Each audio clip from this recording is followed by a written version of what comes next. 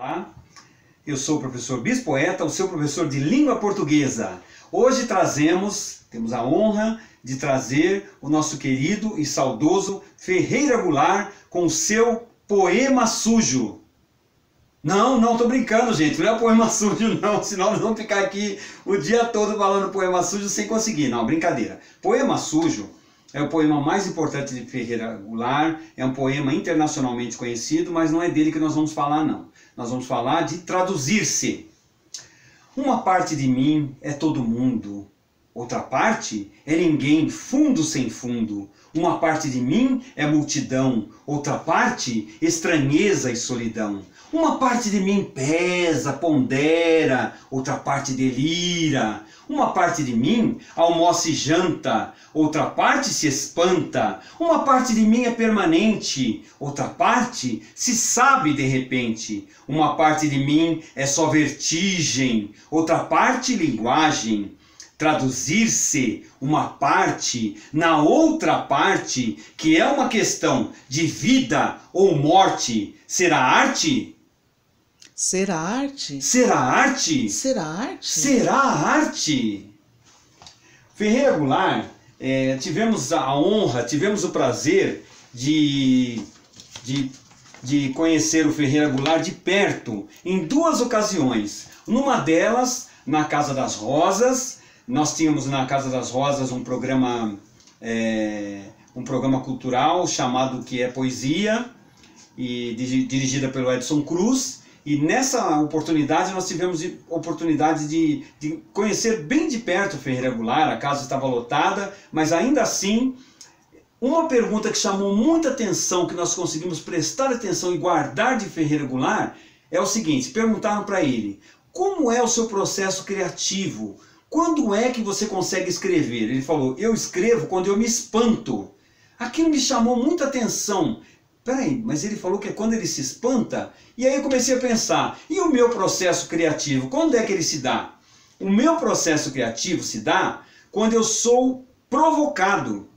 E cada um de nós tem um tipo de processo criativo que nem sempre vai ser igual. O dele era no espanto. O meu é quando me provocam. E assim por diante. Muitas pessoas também escrevem quando são provocadas. Que é o meu caso. Quando eu sou provocado, eu escrevo. Na outra oportunidade que nós tivemos também a felicidade de acompanhar uma palestra do Ferreira Goulart, foi na PUC. Foi muito legal, foi muito bom termos essa oportunidade antes da partida do Ferreira Goulart. O legado que ele nos deixou é muito bom, muito importante. Algumas pessoas contestam, mas eu sou fã particular do Ferreira Goulart. Onde quer que ele esteja, que ele possa receber o nosso carinho em forma de homenagem do seu traduzir-se. Bem, prosseguindo nas nossas considerações a respeito de pronome, hoje vamos para a 13ª parte. Ainda continuando sobre algumas situações em que é empregado as formas de emprego do pronome. Apesar disto, ocorre em bons escritores construção em que se junta o pronome o e diretos a verbo na voz reflexiva. Vamos ver? Temo que se me argua de comparações extraordinárias, mas o abismo de Pascal é o que mais prontamente vem ao bico da pena. Essa é uma citação de Machado de Assis. Aqui ele utilizou o se me. E ainda uma outra citação, essa de Castilho: não se dá baixa ao soldado quando já não pode com a milícia. Não se lhe dá até em tempo de guerra. Vejam aqui, nós estávamos vendo no módulo anterior, esse lhá é a contração do lhe mais o artigo a, mais a preposição a. Não se lhe dá. Vamos ver um quarto caso. A língua padrão admite pode-se compô-lo ou pode-se compor, quando não há locução verbal. Vamos ver um exemplo. Vamos ver uma outra consideração a respeito disso.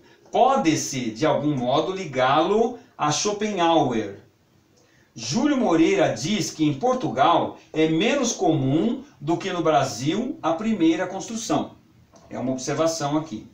O caso número 5, em construções do tipo filo, sentar-se, e também os verbos deixar, mandar, ver, ouvir e sinônimos. Isto é, em que depois desses verbos com pronome objetivo se segue o infinitivo do verbo reflexivo, pode-se deixar o claro este último pronome ou omiti-lo.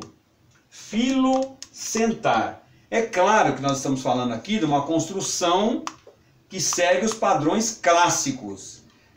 Vai ser muito pouco provável que nós, numa linguagem coloquial, que numa linguagem moderna, ou mesmo numa linguagem de um TCC, vamos usar esse filo aqui, só se não tiver outro jeito. Mas se for possível, nós vamos falar eu o fiz, em vez de dizer eu filo.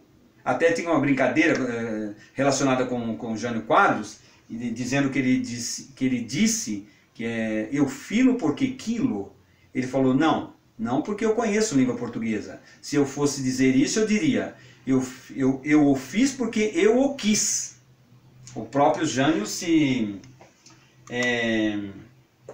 disse que aquilo era uma bobagem, era um boato sobre ele. Função do pronome átono em dou-me ao trabalho. Em geral, o pronome átono, da forma verbal reflexiva portuguesa, funciona como objeto direto. Dou-me, objeto direto, ao trabalho, objeto indireto, de fazer. Em francês e espanhol, esse pronome aparece como objeto indireto. Je me donnais la prime de la fête. Aqui já está em espanhol. Me doy, Elidia, agora é espanhol, é com você. Me doy el trabajo de hacerlo. Não sei se saiu muito bom, meu espanhol e meu francês. A Zanira é que sabe. A Zanira vai nos ajudar nessa parte aqui. Depois ela vai colocar a observação dela. E quem souber francês também me ajuda. Pronome pessoal átono e adjunto adverbial. Pode ocorrer a possibilidade de substituírem os pronomes pessoais átonos na forma de objeto indireto em me, te, se, nos, vos, lhe e lhes. Termos que na oração funcionam como adjuntos adverbiais. Pôs-se diante dele. Pôs-se-lhe diante. Ficava detrás dele. Ficava-lhe detrás. Deu um abraço no pai. Deu-lhe um abraço. Observem que aqui o lhe está se referindo ao pai. Para não repetir ao pai, utilizamos o lhe. Esse lhe representa a ele. Bateu nele, bateu-lhe. Ralhar com ele, ralhou-lhe. Eu pus aqui ralhar, na verdade seria ralhou com ele. Ralhou-lhe. Fugir de mim, fugiu-me. Vamos usar um exemplo, uma construção aqui. Fugiu-me de mim a ideia de dar aula. Aqui eu poderia dizer, fugiu-me a ideia de dar aula. Só estou tentando construir aqui de uma forma para ficar bem claro, tá? Tudo girou em volta dele. Tudo lhe girou em volta. Nestas substituições, o pronome átono faz referência à pessoa e à ideia da circunstância fica por conta do advérbio ou substantivo adverbializado, quando se trata de locução prepositiva. Fugia de mim, fugia-me. Fugia de mim, fugia-me. Não há locução prepositiva. Tudo girou em volta dele. Tudo lhe girou em volta. Aqui nós vamos sempre observar a locução prepositiva. Nós vamos sempre observar e vamos utilizar a forma que seja mais coloquial, uma forma que seja mais utilizada no dia a dia. Em vez de usar ralhou-lhe, nós vamos falar ralhou com ele. Tudo bem? Ok. Aqui eu trouxe algumas palavras. Eu sempre sou muito apaixonado pelas palavras. Quando eu não conheço o significado, eu vou até o amansa-burro, como fala o professor Cláudio Moreno. O professor Cláudio Moreno costuma falar que nós falamos pai dos burros, na verdade ele fala que é o amansa-burro. Na verdade, eu diria que é o amansa o interessado, amansa curioso. Então, quando eu tenho alguma curiosidade, eu vou ao dicionário, como nós todos devemos fazer. Perfilar e perfilhar. Notem que a pronúncia dessas duas palavras é muito parecida. A diferença é que perfilar significa entrar em fila. Os soldados se perfilaram, ficaram em formação. E perfilhar significa adotar. Como elas têm uma pronúncia muito parecida, pode até gerar alguma confusão. Então, se nós estamos querendo dizer que os soldados entraram em formação, nós vamos dizer perfilar. Se nós queremos dizer que aquele homem, aquela mulher ou aquele casal adotaram uma criança, nós vamos dizer que eles perfilharam. Tudo bem? Vamos ver aqui. Projetil ou projétil, tanto faz. Projetil ou projétil. Observando que no plural, projetil vai gerar projetis. E o projétil, no plural, vai gerar projéteis. Tudo bem? Tudo bem, Elide? Sim. Ok. Agora, essas palavras que eu coloquei aqui embaixo, é só para mostrar para vocês que elas são verdadeiras palavras trava-língua. Eu tentei pronunciar, não sei se eu vou conseguir, mas vamos tentar. Perscrutar. Perscrutar. Que significa investigar. Vem do latim, significa investigar.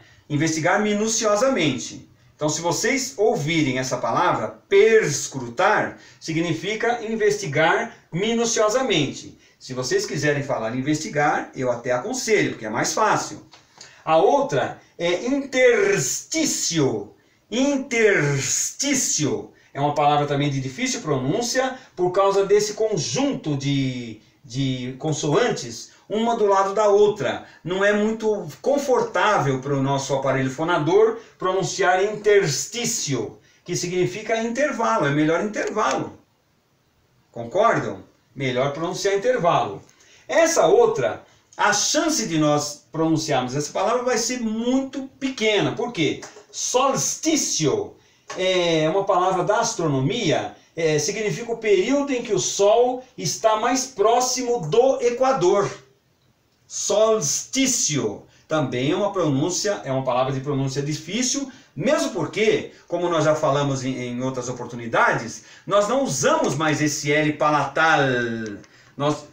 Usando o L palatal fica mais fácil. Solstício é quase como se estivesse colocando um I entre o L e o S. Solstício. Como vai ser muito pouco provável que nós vamos utilizar essa palavra, é só mesmo para vocês saberem como é a pronúncia e que essa palavra existe, que essas palavras existem. Tudo bem? Bem, chegamos ao final de mais essa aula, de mais essa teleaula. Espero que vocês tenham gostado, inclusive da recordação do Ferreira Goulart, do nosso querido e saudoso Ferreira Goulart. Espero que vocês continuem dando ok, se inscrevendo no canal, dando positivo, colocando suas observações, seus comentários. Podem comentar sobre a aula, eu teria o maior prazer de responder a todos os comentários, tudo bem? Eu sou também revisor. Se vocês quiserem me localizar no Google, é muito fácil. É só procurar lá Bispoeta e todos os canais em que eu tenho algum tipo de escrita aparecerão para vocês, tudo bem? Fiquem com Deus e tenham uma boa tarde.